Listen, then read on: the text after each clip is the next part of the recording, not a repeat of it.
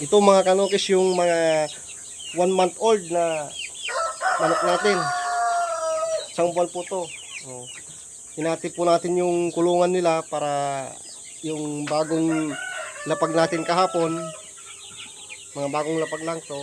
Mga ganito nilalapag na natin sa kuan, tinatanggal na sila sa brooder. Binababa na natin para makarelax sila. Makaikot-ikot sa lupa. Ito yung 1 month old na mga alaga natin. Sa mga gustong mag-alaga ng ganito, kontakin nyo lang po ako direct. Dito lang po ako sa Pangasinan. Sa mga malapit dito sa Pangasinan, pwedeng nyo po ako hanapin.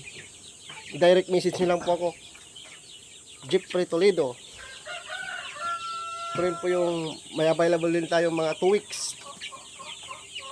2 weeks, 3 weeks. Yan. May mga 5 months din po tayo. May mga malapit na tayo mag-breed din na available. Ito po siya. Ito po yung mga available na rin ngayon. Marami tayong available. Kaya sa mga gustong mag-alaga ng ganito, i-direct message nyo lang po ako.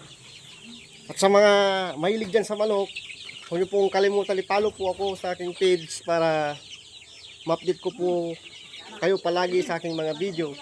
Kasi araw-araw po tayo mag-upload dito. Habang pinaparami po natin ang ating malit na farm, masubaybayan nyo po ang aking mga video at pagpaparami ng aking malit na farm. Dito po ako sa Pangasinan. Yun yung mga incubator na gamit natin, malalaki. Breeding season natin ngayon, kaya marami tayong paitlog. Nilagay natin sa kabito, yung mga bagong pisaw nandun. So, may mga isasalang na naman tayo mga bagong itlog ngayon. Isasalang natin para may hinihintay na naman tayo. Every 3 days nagsasalang tayo. May mga kuha natin. Ito yung mga